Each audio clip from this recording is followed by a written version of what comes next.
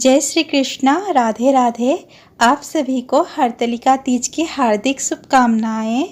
आज के हमारे इस वीडियो में हम आपके लिए हरतालिका तीज व्रत कथा लेकर आए हैं। हरतालिका तीज व्रत में महिलाएं मां गौरी और शिव जी की पूजा करती है, साथ ही सौभाग्यवती होने का आशीर्वाद मांगती है। विवाहित महिलाओं के लिए ये व्रत बेहद ही महत्वपूर्ण माना जाता है। इस दिन पूजा के दौरान व्रत कथा सुनने से पूजा का पूर्ण फल प्राप्त होता है। अखंड सौभाग्य की प्राप्ति वाला यह त्योहार हर साल भाद्र माह के शुक्ल पक्ष की तृतीया तिथि को मनाया जाता है। इस दिन सुहागिन महिलाएं अखंड सौभाग्य और सुखी वैवाहिक जीवन के लिए व्रत रखती है। वहीं कुंवारी कन्याएं भी मनचाहा वर पाने के लिए इस दिन निर्जला व्रत रखती है। इस व्रत में महिलाएं मां गौरी और शिव जी की पूजा करती है, साथ ही सौभाग्यवती होने का आशीर्वाद मांगती है। विवाहित महिलाओं के लिए यह व्रत बेहद ही महत्वपूर्ण माना जाता है। इस दिन पूजा के दौरान व्रत कथा सुनने से ही पूजा का पूर्ण फल प्राप्त होता है। आइए आप कथा शुरू करते हैं। एक बार भोलेनाथ माता पार्वती से बोले, हे गौरी, पर्वतराज हिमालय पर स्थित गंगा के तट पर तुमने अपनी बाल्यावस्था में 12 वर्षों तक अधोमुखी होकर घोर तप किया था। इतनी अवधि तुमने अन्न ना खाकर पेड़ों के सूखे पत्ते चबाकर व्यतीत किए। माघ की विकराल शीतलता में तुमने निरंतर जल में प्रवेश करके तप किया। बैसाख की जला देने वाली गर्मी में तुमने शरीर को तपाया।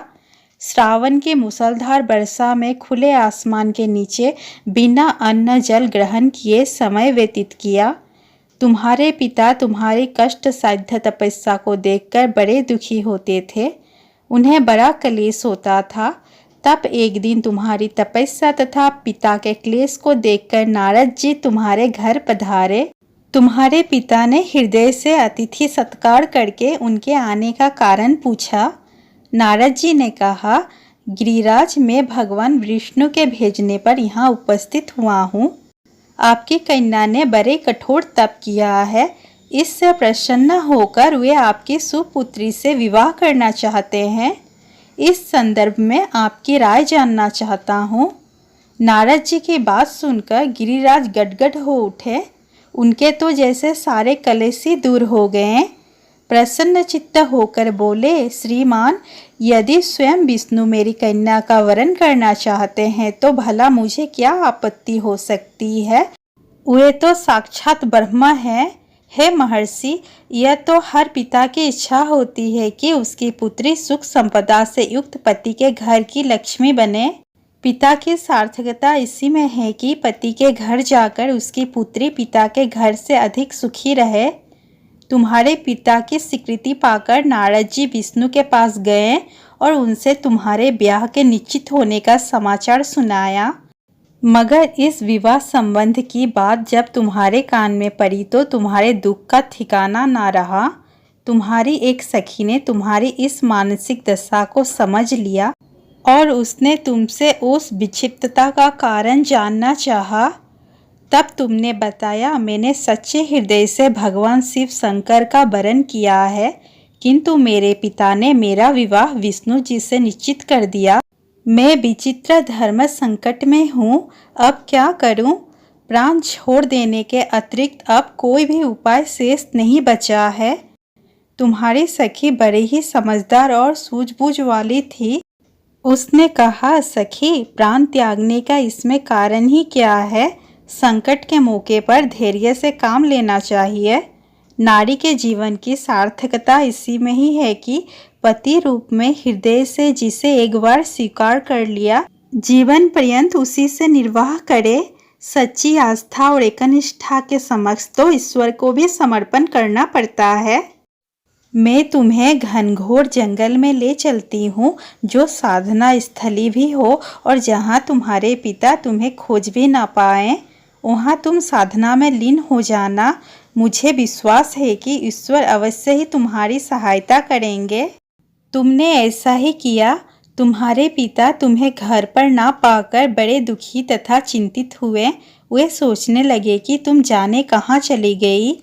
मैं विष्णु जी से उसका विवाह करने का प्रण कर चुका हूँ।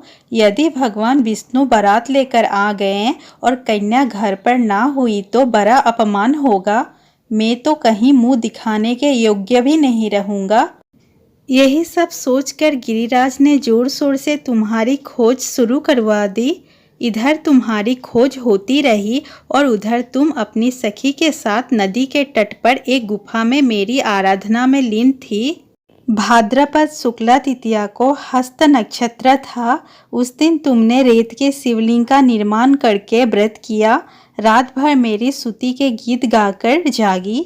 तुम्हारी इस कष्ट साध्य तपस्या के प्रभाव से मेरा आसन डोलने लगा। मेरी समाधि टूट गई। मैं तुरंत तुम्हारे समक्ष जा पहुंचा और तुम्हारी तपस्या से प्रसन्न होकर तुमसे वर मांगने के लिए कहा। तब अपनी तपस्या के फलस्वरूप मुझे अपने समक्ष पाकर तुमने कहा, मैं हृदय से आपको पति के रूप में वरण कर चुकी हूँ। यदि आप सचमुच मेरी तपस्या से प्रसन्न होकर आप यहाँ पधारे हैं तो मुझे अपनी अर्धांगिनी के रूप में स्वीकार कर लीजिए। तब मैं तथास्तु कहकर कैलाश पर्वत पर लौट आया। प्रात होते ही तुमने पूजा की समस्त सामग्री को नदी में प्रवाहित करके अपनी सहेली सहित व्रत का पालना किया। उसी समय अपने मित्र बंधु और दरबारियों सहित गिरिराज तुम्हें खोजते खोजते वहां आ पहुँचे और तुम्हारी इस कष्ट साध्य तपस्या का कारण तथा उद्देश्य पूछा। उस समय तुम्हारी दशा को देखकर गिरिराज अत्यधिक दुखी हुए और पीड़ा के कारण उनकी आंखों में आंसू उमड़ आए थे। तुमने उनके आंसू पोंछते हुए विनम्र स्वर में कहा, पिताजी, मैंने अपने जीवन का अधिकांश समय कठोर तपस्या में बिताया है। मेरी इस तपस्या का उद्देश्य केवल यही था कि मैं महादेव को अपने पति के रूप में पाना चाहती थी। आज मैं अपनी तपस्या की कसौटी पर खरी उतर चुकी हूँ। आप क्योंकि विष्णु जी से मेरा विवाह करने का निर्णय ले चुके थे, इसलिए मैं अपने आराध्य की खोज में घर छोड़कर चली आई।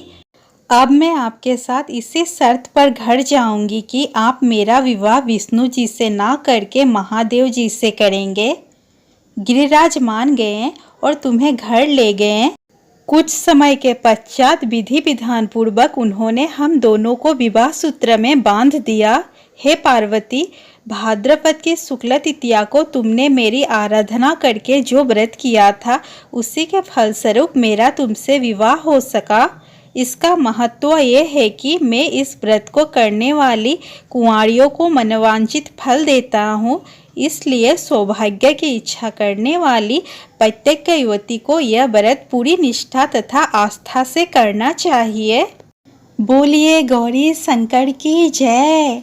दोस्तों, वीडियो अच्छा लगा हो तो प्लीज़ वीडियो को लाइक, शेयर और चैनल को सब्सक्राइब करना ना भूलें और कमेंट बॉक्स में हर हर महादेव जरूर लिखें।